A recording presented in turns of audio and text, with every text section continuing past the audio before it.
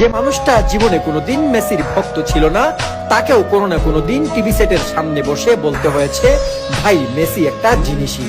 অনেকে আবার হয়তো মেসির গোলের পরে কান্নাও করে ফেলবেন, আর কোনোদিন এই গোল দেখবেন না বলে। এই যে আজকের দিনে ফুটবলটা এত উপভোগ্য, ফুটবলটা এত প্রতিযোগিতাপূর্ণ, তার পেছনে অনেক অবদান আছে আর্জেন্টিনার রোজারিওর এই ছেলেটার।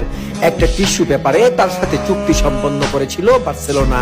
সেই বার্সেলোনাকে সম্ভাব্য সবকিছু জয়ের স্বাদ দিয়েছেন এই মেসি।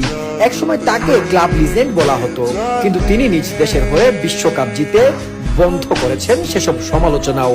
কিন্তু এই মুহূর্ত সহজে আসেনি। একসময় আর্জেন্টিনার মানুষই তাকে ঘৃণা করেছিল, তার জার্সি পুড়িয়ে ফেলেছিল। সারা বিশ্বের কাছে তিনি হয়ে গিয়েছিলেন ট্রোলের পাত্র।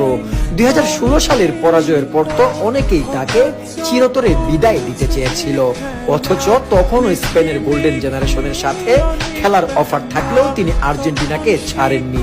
ব্যথা গিলে, কষ্ট ভুলে, সব ছেড়ে শুধু দেশের নীল সাদা জার্সির জন্য নিজেকে বিলিয়ে দিয়েছেন। সময়ের পরিক্রমায় সেই মেসি আর্জেন্টিনাকে এনে দিয়েছেন 4টি আন্তর্জাতিক ট্রফি, 2টা কোপা আমেরিকা, ফাইনালিসিমা আর বিশ্বকাপ। আর আজ